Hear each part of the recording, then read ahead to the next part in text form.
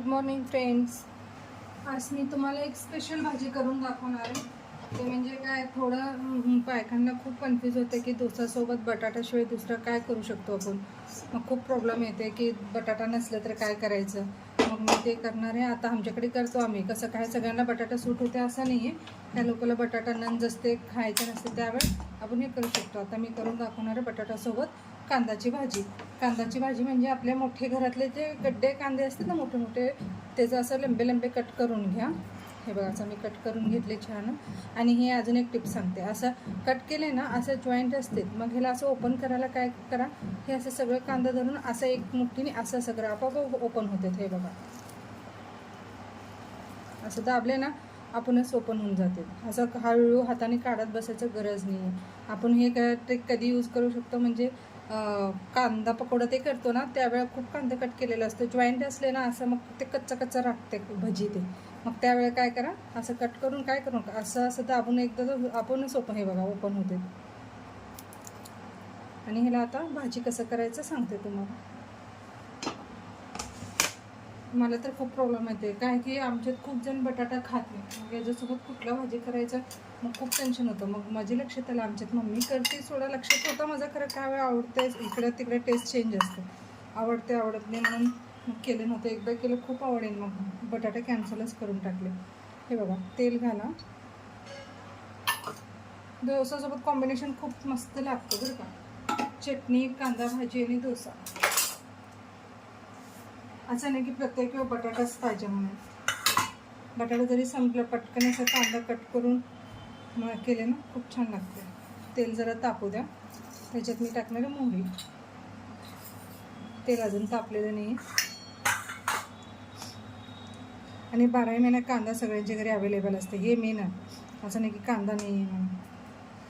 सगळेजण कांदा ठेवलेलेच असते एक्स्ट्रा फोडणीला. प्रत्येक वेळ कांदा, लसूण, हे फोडणीची सामान कंपल्सरी असते.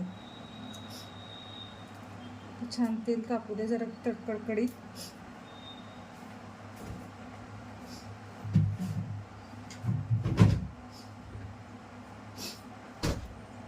त्याच्यात मी घालणार आहे जिरा.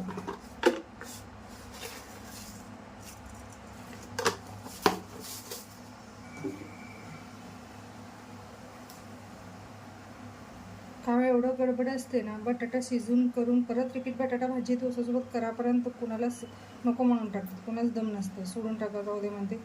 मग त्याच्यापेक्षा असं कांदा पटपट पटपट मशीन असलं तर, आपल्या कांदा कट करायचं मशीन असलं तर अजून लई भारी आहे.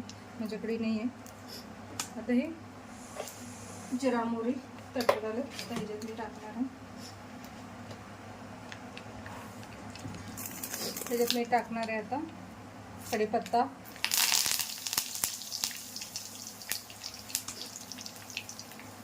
आणि छान आहे बघा, असं मोकळं मोकळं करून घ्या कांदा. आता एक कांदा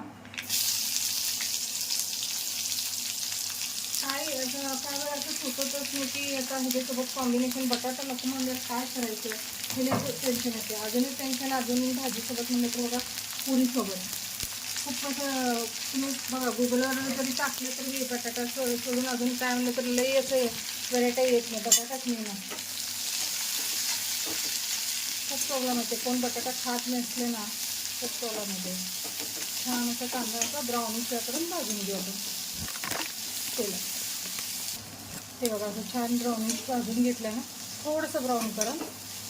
आणि अजून एक ह्याच्यात सांगते, कच्चा वास जाऊ द्या. कांदाची जे कच्चा वास असतं ना, खूप ते असं छान स्मेल येते. जेव्हा तेलात छान फ्राय केलं ते वेगळं स्मेल येते बघा. ते कच्चा पूर्णपणे वास गेला तर आता ह्याच्यात मी घालणार आहे मसाले. बघा सगळं, माझा मुलगाचं तर फेवरेट भाजी आहे. डब्याला काही नसलं ना, सकाळी पटकन 4 कांदे कट करून जरा मसाला ते घालून दिल्यावर इतकं आवडीने खात्या.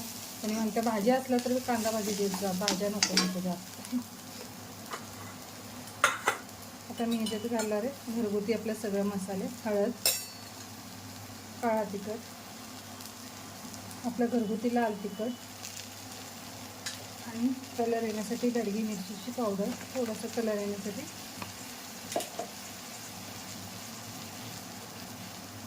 धनियापूड,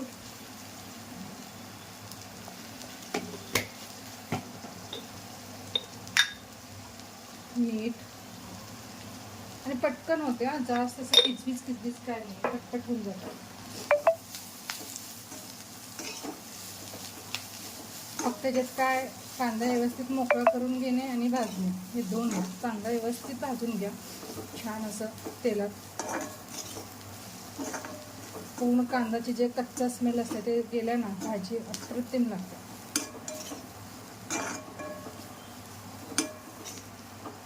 एक 5 मिनिट वापरले ठेव कांदा, जास्त नको पाणी सुटण्यासाठी, 5 मिनिट.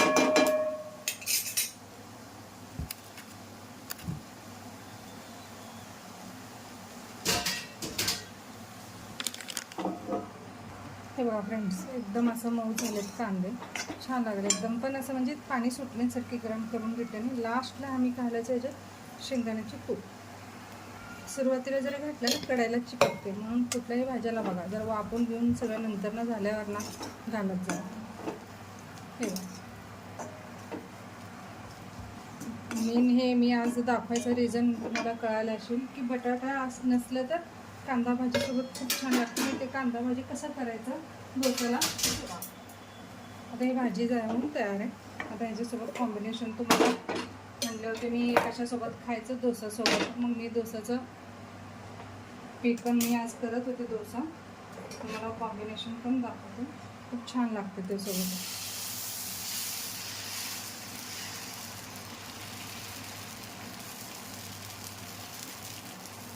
माझं जुनाच तवा आहे तेच वापरते मी. बटाटा नसला ना असं वाटतं की डोसाला आणि पुरीला काहीच कॉम्बिनेशन होत नाही. असं मला तर खूप असं टेन्शन येते बटाटा नसला काय करायचं म्हणून. त्यावेळेला मी बटाटा सोडते आणि पटकन आपलं डोसा कांदा वापरते डोसा.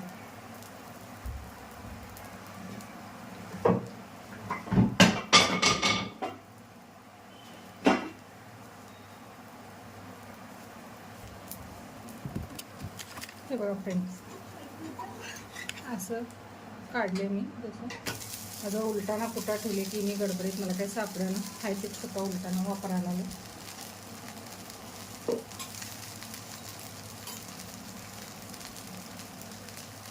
मस्त लागते असं गरम गरम डोसा, कांदा भाजी आणि चटणी.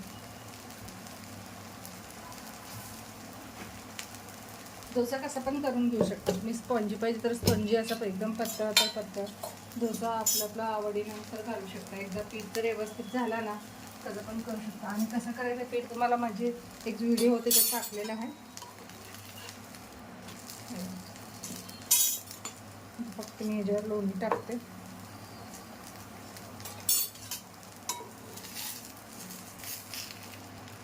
सकाळपासून घालून दिलेलंच आहे, तेव्हा सकाळी घातले होते मी.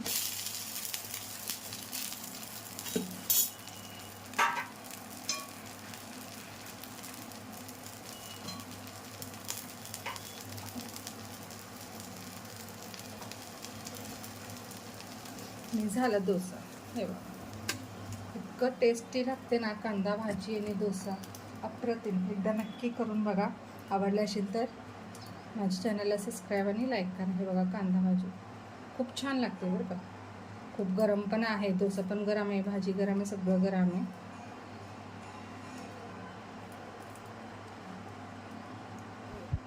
इतकं गरम गरम लागायला ना काय घेता पण येईना मला. हे बघा मस्त लागते असं कॉम्बिनेशन. जरा माझ्या चॅनलला आवडत असेल तर लाईक आणि सबस्क्राईब करा. थँक्यू.